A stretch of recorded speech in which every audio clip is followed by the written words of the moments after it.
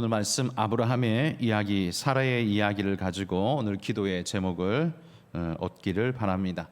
오늘 제가 이 말씀을 묵상하면서 한 말씀이 마음에 꽂혔습니다. 그건 2절 말씀인데요. 사라가 아브라함에게 이렇게 말합니다. 여호와께서 내 출산을 허락하지 아니하셨으니 원하건대 내 여종에게 들어가라. 내가 혹 그로 말미암아 자녀를 얻을까 하노라. 이렇게 말했다는 거지요. 여호와께서 내게 출산을 허락하지 아니하셨으니, 여러분, 하나님이 출산을 허락하지 않으면 어찌해야 됩니까? 하나님이 막으시면 이게 하나님의 뜻이 아닌가 보다라고 받아들여야 하는 것 아니었을까요? 특별히나 믿음의 조상이라고 하는 아브라함과 사레에게 있어서 하나님이 허락하지 않으셨는데, 하나님이 허락하지 않아도 나는 뚫고 가서 그 일을 하겠다라고 도전하고 있는 오늘 사레의 모습, 이 모습이 말씀을 읽는 제 마음에 꽂혔습니다. 하나님의 뜻이 이게 아니다라고 막고 있는데도 불구하고 그걸 뛰어넘으려고 시도하고 있는 이 사레의 의도는 무엇 때문일까요? 왜 그렇게 하고 있을까요? 왜 그래도 된다라고 생각을 하고 그 일을 추진하고 있는 걸까요? 물론 아들을 낳아야 한다는 그 강박관념이 아마도 이 사레를 몹시도 등 떠밀었던 것 같습니다. 그리고 아들을 낳고 싶은 소망이 그의 마음에 가득했던 것 같습니다. 물론 아들을 얻고자 하는 마음이야 얼마나 절실했겠습니까? 우리 조선시대만 해도 아들 낳지 못하면 칠거지약으로 쫓겨나도 할 말이 없는 그런 시대인데, 그것보다도 2000년 전의 이야기인 이 시대에는 어땠겠습니까? 그 시대에는 무자한 여자는 마치 씨를 뿌려도 열매를 전혀 맺지 못하는 저주받은 땅으로 그렇게 인정되어졌습니다. 그래서 저주받은 땅과 같이 저주받은 사람으로 인정되어져서 모든 수치와 치욕을 다 감당해야 하는 부끄러움에 떨어지는 존재일 수밖에 없었습니다. 물론 이 사례도 지금 나이가 얼마입니까? 나이가 지금 한두 살이 아닌데, 이 정년기, 자식 낳을 정년기도 이미 지난 지가 한참 지났는데, 하나님이 주신다고 약속해 놓고도 10년이 지났는데, 그러니 마음이 쫓기지 않을 수가 없었겠지요.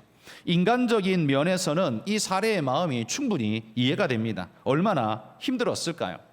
그리고 남들은 몰라도 적어도 자기가 느끼는 수치심과 마음의 불편함은 사람들이 눈길을 조금만 흘려도 아마 이 사례는 그것을 굉장히 크게 여기면서 제가 나를 무시하네 하면서 아마 마음의 상처가 크게 되지 않았을까요?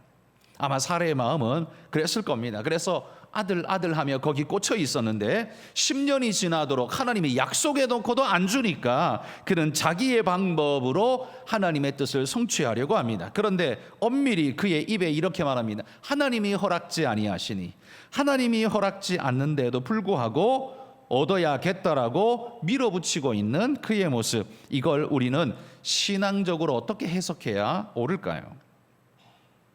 사례는 지금 내가 아들을 얻어야겠다라는 일념 하나에 빠져서요, 하나님의 뜻이고 뭐고 다 그 밑에 깔아버리는 모습을 볼 수 있습니다. 하나님이 약속하기도 했거니와 내가 아들을 얻어야겠다라는 열망이 그 모든 나머지 모든 절차와 하나님 앞에 기다려야 하는 시간과 모든 것들을 다 깔아뭉개버리고 있다는 거죠.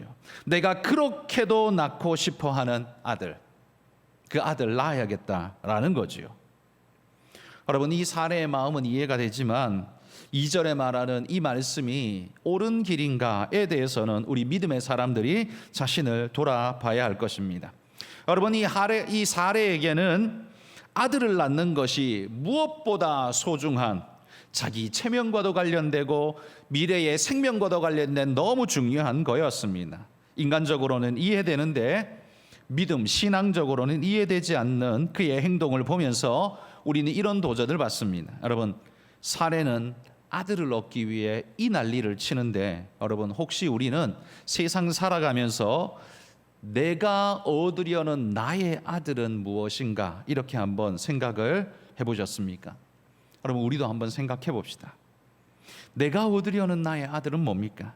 그 아들은 때때로 대학 입학일 수 있고요, 직장일 수도 있고, 때로는 승진일 수도 있고, 우리가 어떤 모양으로든 기대하고 소망하는 이 땅에 꼭 붙잡고 싶은 어떤 것일 수 있을 겁니다. 그런데 여러분, 그것이 나쁜 것도 아니고 잘못된 것도 아니고, 그게 물질이든 직급이든 인기이든 안정감이든 건강이든 뭐든 간에 내가 정말 얻고 싶어 하는 나의 아들로 표현되고 있는 그 무엇, 내가 세상에서 정말 필요합니다, 이거 꼭 내게 필요합니다, 절실합니다 라고 부르짖는 그 어떤 것들, 그게 바로 사레에게는 아들이었고 우리에게는 무엇이냐라는 말이에요. 이 모든 것들 사실 나쁜 거 아니죠? 물질이나 직급이나 인기나 안정감이나 그 무엇도 사실 그 자체로는 나쁜 것이 아닙니다. 그 사람들이 추구할 수 있는 정상적인 겁니다. 그런데 여러분, 그 정상적인 것이 정상적이라 할지라도 하나님의 뜻을 꺾어서라도 얻어야겠다라고 생각하는 게 문제라는 거죠. 우리는 그러지 않냐라는 질문입니다. 여러분, 우리가 얼마나 자주 사례가 되고 있는지 한번 생각해 보자는 겁니다. 아들을 얻는 것은 그 시대의 명분도 있고 모든 사람들이 지금 축복해주고 지지하고 있는 것이고, 자기에게도 당위성이 있고 하나님도 네 후손이 있을 거라고 약속하셨고, 그렇다면 이 모든 건 가능한 것 아닙니까? 그래서 얻어야겠다라고 생각했고 수단과 방법을 가리지 않는데, 그런데 이 방법을 하나님께서 기뻐하시는가? 그건 아니라는 사실입니다. 이 사례에게 있어서 하나님은 후순위 아닐까요? 지금 이 16장에 나오는 사례의 다급한 마음 속에는 아들보다 하나님이 더 후순위 뒤에 밀려있는, 아들을 위해서라면 하나님이고 뭐고 말씀이고 뭐고 다 뒤로 밀어버릴 수 있는 그런 존재의 모습을 지금 우리에게 보여주고 있지 않습니까? 여러분, 이 다급함에 쫓기고 갈급함에 쫓기고 마음의 불안감에 쫓기면 우리도 어떠할 수 있다고요? 우리도 사례처럼 할 수 있다는 겁니다. 우리도 아들을 얻어야겠다라는 그 당위성에 빠져가지고 하나님의 뜻이고 뭐고 다 내팽개치고 하나님이 허락하지 않아도 내가 하고야 말겠다라고 밀어붙이면서 그렇게 돌파하고 있는 우리의 모습. 그러면서 우리는 사람들에게 이렇게 말합니다. 아들 얻는 게 뭐가 잘못이야? 대가 끊기는데 아들 얻는 게 그게 뭐가 잘못이야? 그건 정당한 일이지. 하나님이 또 약속도 한 거잖아. 별별 말로 당위성을 붙여낼 수 있지만, 그러나 이 순간만큼은 하나님 앞에 그는 당위성이 없는 일을 하고 있는 겁니다. 자기 입으로 말하잖아요. 하나님이 막으시는데 그럼에도 불구하고 나는 가야겠다라고 말하는 게 사례였다라는 말이에요. 여러분, 이것하고 비슷한 처지에 있었던 한 사람이 있었죠. 그 후손입니다만 사무엘의 어머니 한나도 똑같은 입장 아니었습니까?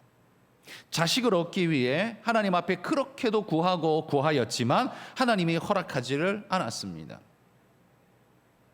분인나는 그렇게도 자식을 잘 낳는데 자기는 남편에게 미움받거나 외면당하는 것도 아니고 사랑받는 중에도 불구하고, 사랑받고 있음에도 불구하고 자식이 없습니다. 그러니 이게 뭡니까? 이게 저주받은 인생처럼 그 시대에는 여겨질 수밖에 없는 겁니다. 그래서 이 한나는 하나님 앞에 나아가서 그렇게 통곡하며, 엘리가 술 좀 그만 마시라고 말할 만큼, 오해받을 만큼 정말 술 취한 사람처럼 정신없이 하나님 앞에 기도했었습니다. 그게 그만큼 간절했다는 거죠.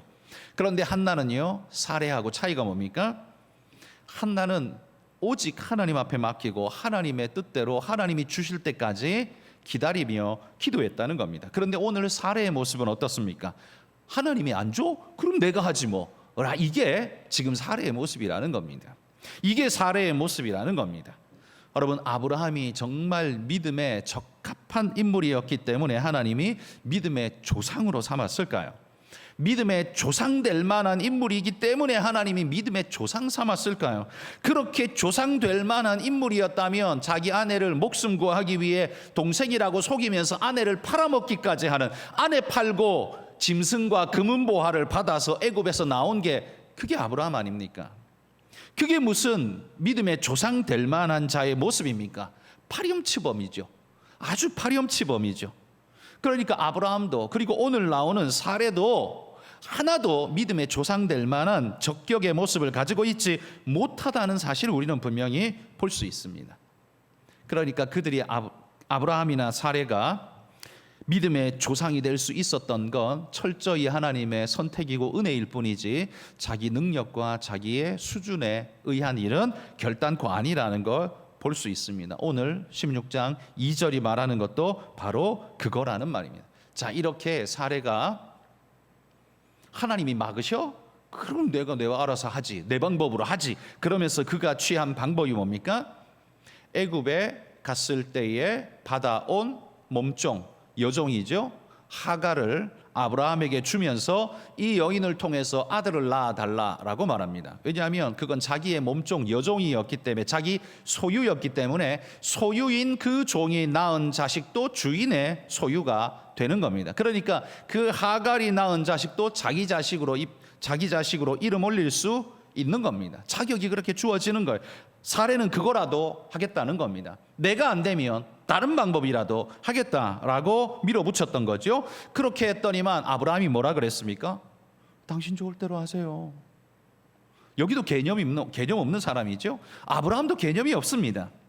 하나님께서 허락하지 않으시니 그러면 꾸짖어야죠. 아니, 하나님이 허락지 않는데 당신이 지금 뭘 한다는 소리야? 하나님이 허락하실 때까지 기다려 라고 말해야 정상일 텐데 그게 아니었다는 거예요. 그래, 그럼 당신이 알아서 해. 그러니까 아브라함은요, 크고 대단한 인물인 것은 분명한데 사례 앞에만 가면 이 뭐 아무것도 모르는 꼬리를 완전 말아 내린 그런 존재 같아 보입니다. 사례가 굉장히 보통 여자가 아니었던 것 같아요. 아브라함이 사례 앞에만 가면 쭉을 못 쓰는 거 보면 아마 사례가 엄청났던 것 같아요. 어쨌든 이 아브라함이 그러죠. 당신이 알아서 하세요. 그래서 어떻게 해요? 하갈을 아브라함에게 줍니다. 아브라함은 또 주는 대로 받았습니다. 그랬더니만 이 하갈이 임신을 하게 됩니다. 그런데 문제는 이 하갈이 임신을 하고 나니까 내 주인은 그렇게 하려고 해도 안 되는 거, 나는 단번에 자식을 가졌어. 그러면서 여주인을 멸시하기 시작했습니다. 종임에도 불구하고 자신의 여주인을 멸시하기 시작했습니다. 생각이 뭐겠습니까? 너는 황폐한 저주받은 여자고 나는 축복된 여자야. 그냥 바로 자식을 가져. 그리고 내가 이제 이 나이 많은 우리 주인님께서 나를 통해서 자식을 얻으면 이제 너 같은 건 쳐다보지도 않을 거야. 그러면서 멸시하지 않았겠습니까? 보십시오. 사례가 하나님이 허락하지 않아도 내 방식으로 하겠다고 뚫고 가서 한 그 일의 결과가 뭡니까? 결과가 수치와 모욕이었다는 겁니다. 자식을 갖기는 갖는데 그게 자기에게 영광과 축복이 아니라 자기에게 멸시와 고통이었다는 겁니다. 사례가 왜 이렇게 했을까요? 출산을 허락하지 않으시니 그럼 내가 내 방식대로 하겠다. 왜 이렇게 했을까요? 하나님보다 내가 나를 더 잘 안다라는 그 착각, 하나님보다 내가 더 잘 할 수 있다라는 착각, 하나님께서 이렇게 막으신다면 나는 이렇게라도 해서 하고야 말겠다라는 교만 아닐까요? 여러분, 이게 바로 실수의 원천입니다. 보십시오. 하갈은 자식을 낳는 것에만 꽂혀 있지 그 자식이 하나님이 기뻐하는 자식일지 그것이 내게 기쁨이 될지 영광이 될지에 대해서는 아무 생각이 없습니다. 그러니까 사고를 쳐놓고 나니까 그 다음에 뭐예요? 그것이 눈물의 고통이 되는 씨앗이 되는 일을 뒤집어 쓰게 된 겁니다. 하나님이 막으신 데는 이유가 있을 터인데 하나님이 막으시면은요 그것이 영원한 노가 아니라 지금은 기다려 웨이트일 수 있는데 그건 나는 노 이거 안 돼 무조건 예스여야 해 하고 무조건 자기 길로 나갔더니만 그게 축복이 되던가 라는 질문입니다. 여러분, 이 말씀을 다시 뒤집어서 아까 제가 했던 말로 뒤집어서 우리에게 적용해서 한번 생각해 보십시다. 우리가 대학을 가는 거, 수단과 방법을 가리지 않고 대학을 가는 거, 우리가 수단과 방법을 가리지 않고 사업에 성공하는 거, 여러분 돈 벌 수 있는 거, 부자가 되는 거, 이건 세상에서 굉장히 박수 쳐주고 좋을 만한 일입니다. 하나님께서도 우리가 부자가 되거나 합격을 하거나 잘 나가는 걸 하나님은 싫어하지 않으십니다. 그러니까 사회적 명분을 가질 수 있다는 말이죠. 그러나 하나님께서 그걸 막으실 때에는 이유가 있고 시간이 있다는 말입니다.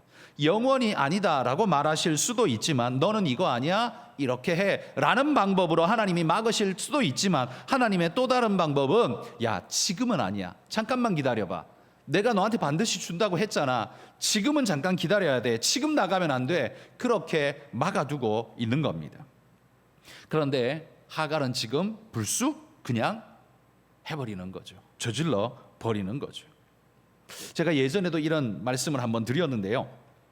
여러분, 설교할 때 설교뿐만 아니라 여러분이 강연을 하든지 뭘 하든지 간에 이 논리 정연하게 나와야 할 때 나오고 들어가야 할 때 들어가야 하는 논리 전개 구조라는 게 있습니다.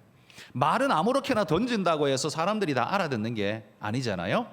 그리고 말을 해도요, 악센트를 어디에 두느냐에 따라 사람이 알아들을 수도 있지만 악센트를 엉뚱한 데 두면 우리나라 말인데 내가 못 알아듣는 일들이, 당황스러운 일들이 일어나죠. 길이도 아버지가 가방에 들어가는지 아버지가 방에 들어가시는지 이것만 우리가 조절을 다르게 해도 전혀 다른 소리로 알아듣게 되지 않습니까? 설교할 때 제가 자주 겪지는 않지만 가끔 겪는 경우가 있는데요. 아주 가끔 겪는 경우가 있는데 그게 뭐냐면 이 설교를 제가 준비하지 않았습니까? 그러니까 기승전결 어디가 어떻게 돌아가는지 무슨 말을 어떻게 할지에 대해서 머릿속에 집어넣고 옵니다. 그런데 설교를 한참 하다 보면 흥분되어지면 이게 지금 설명을 풀어 올라가고 있는 중인데 결론을 미리 땡겨서 이야기해버리는, 결론쯤 가까이 가서 이야기하려고 했던 예화를 자기도 모르게 그냥 땡겨서 해버리는 경우가, 설명해버리는 경우가 있습니다. 있어요. 여러분, 이렇게 되고 나면요, 그날 설교는 완전 망친 겁니다.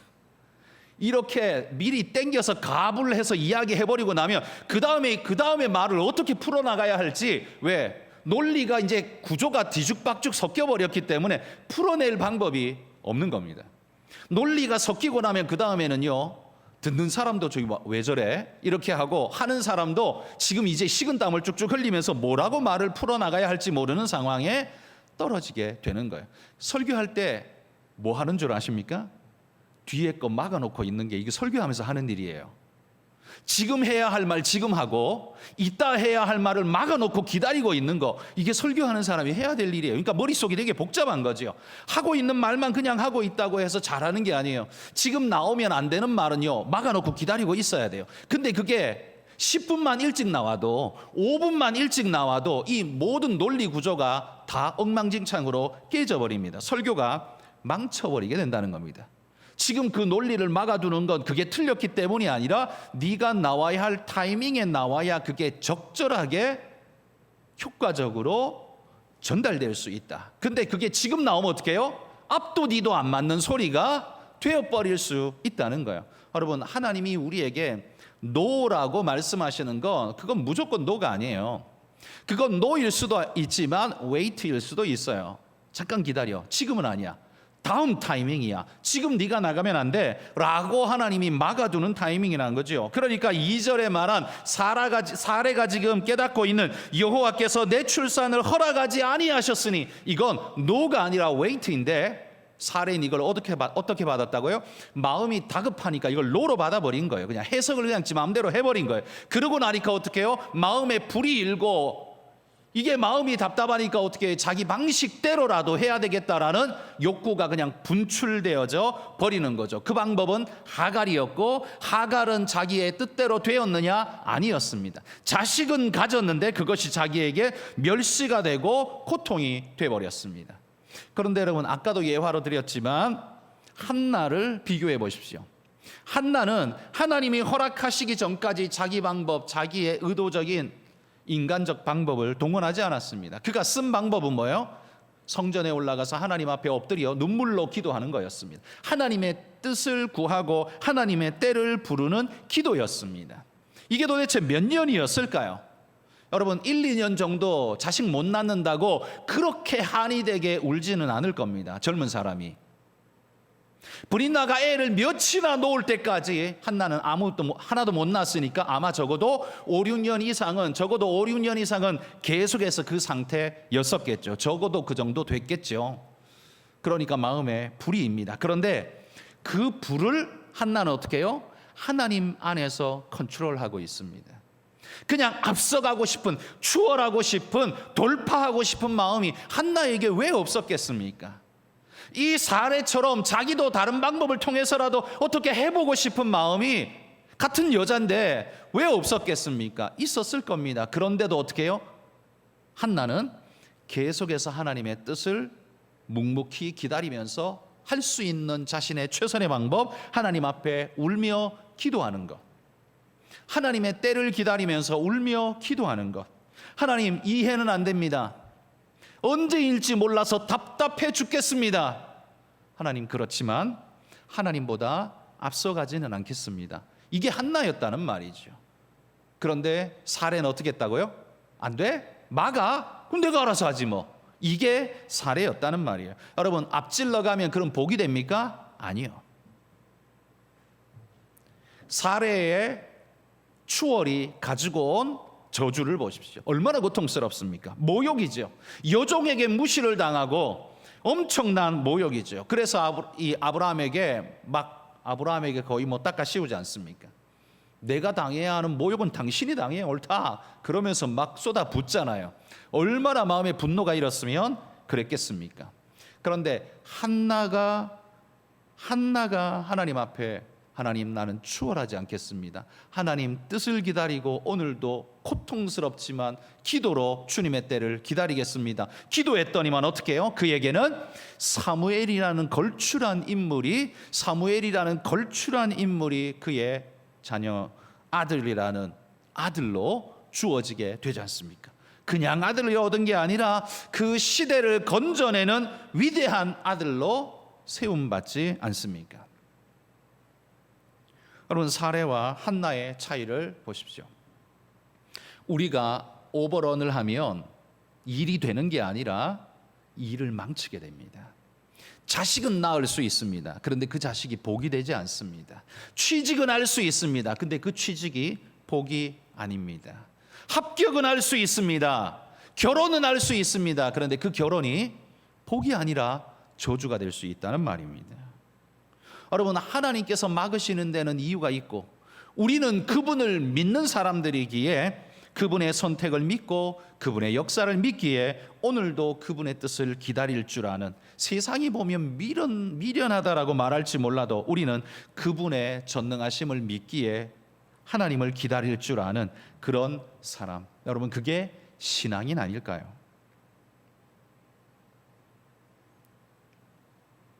여러분, 오늘 여러분에게 제가 한 가지 사실을 가지고 여러분과 말씀을 지금 나누고 있습니다. 사례는 자신의 마음에 그렇게도 갈급히 구하는 그 하나의 소원, 아들. 불법하지도 않고 잘못되지도 않고 사회에서 욕하는 것도 아니고 정당하고 정당성도 있는 그 모든 그 소원. 근데 그게 하나님의 방법을 능가하는, 앞서가는 그런 일이 되었을 때 그게 그에게 결코 복이 되지 않더라라는 사실. 여러분, 우리는 어떻습니까? 우리는 어떤 아들을 원하고 있습니까? 여러분은 어떤 아들을 원하고 있습니까? 취업이라는 아들, 합격이라는 아들, 승진이라는 아들, 돈 많이 벌고 싶은 아들. 여러분, 이 모든 아들들이 내 안에, 우리 안에 다 있습니다. 없는 사람 한 사람도 없어요. 다 있어요. 그런데 우리가 진짜 믿음의 사람이라면 어떻게 해야 된다고요? 그 욕구가 분출할 때에도 여러분, 그 분출을 오히려 하나님 앞에 기도의 눈물로 쏟을지언정, 한나처럼 눈물로 쏟을지언정 하나님보다 앞서가지 않겠습니다. 고통스럽지만, 너무 아프지만, 힘들지만 하나님, 그러나 하나님보다 앞서가지 않겠습니다. 여러분, 그 마음으로 하나님 앞에 울부짖고 엎드리는 것, 여러분, 이게 진짜 신앙인 아닐까요? 하나님이 왜 그런 아픔을 우리에게 주실까요? 그 또한 훈련이고 그 속에서 얻는 엄청난 축복이 많기 때문에 하나님 우리에게 그런 아픔을 주시는 것 아니겠습니까? 여러분, 오늘 이 시대 지금 우리의 자녀들 부모에게 노라는 말을 거의 잘 듣지 못하고 지 맘대로 크는 아이들이 태반입니다. 그래서 거절감을 견디지를 못합니다. 노라는 말을 참지를 못합니다. 그래서 한 번이라도 노라는 말을 들으면 마음에 분노가 일어나고 그리고 자신이 무슨 짓을 해도 정당성이 있다라고 생각하는 이 정신 나간 일들을 요즘 아이들이 합니다. 그러니까 그런 아이들이 커서 어떻게 해요? 사회에 폭력적인 존재들이 되어서 요즘 뉴스를 보십시오. 사람 찔러 죽이는 게 아무렇지 않게 별 일도 아닌데 사람을 뭐 찔러 죽이고 때려 죽이고 별별 일들을 다 하는 걸 보십시오. 왜 그렇습니까? 심각한 문제입니다. 여러분, 하나님이 우리를 훈련시키십니다. 인격으로 훈련시키고 믿음으로 훈련시키고 인간됨으로 훈련시키기 위해서 하나님이 우리에게 기다리라 라고 말씀할 때는 절대로 우리는 오버런을 해서는 안 됩니다. 하나님보다 앞서 나가도 안 되고요, 우리에게 허락된 것보다 더 멀리 뛰려고 설쳐서도 안 됩니다. 할 수는 있는데 하면 뭐가 돼요? 저주가 된단 말입니다. 할 수는 있는데, 아들을 낳을 수는 있는데 그게 축복이 아니라 멸시가 되고 고통이 되고 저주가 될 수 있다는 말입니다. 여러분, 우리 마음속에 숨어있는 그 수많은 아들들을 나는 어떻게 다스리고 통제하고 하나님 앞에 순종하며 길들여 갈 것인가? 여러분, 오늘 말씀을 기억하면서 오늘 기도하실 때 여러분 하나님 앞에 간절하게 내어놓고 기도하시길 바랍니다. 여러분, 자식이 잘 되기를 기도하는 것도요, 하나님 뜻보다 앞서시면 안 됩니다. 승진하고 돈 잘 벌고 건강하고 무탈한 것도 하나님 뜻보다 앞서시면 안 됩니다. 그걸 믿고 순종하며 가는 것이 그게 바로 하나님의 사람들입니다. 여러분, 우리는 하나님의 사람이라는 자긍심을 잊지 말고 세상이 하는 것처럼 하려고 폼 잡지 말고 그렇게 따라가는 것이 얼마나 수치스럽고 부끄러운 일인가를 스스로 좀 느끼면서 하나님 앞에서 사례처럼 살 것이 아니라 한나처럼 살겠습니다 결단하는 여러분 우리 성도님들이 다 되시기를 주의 이름으로 축복합니다. 우리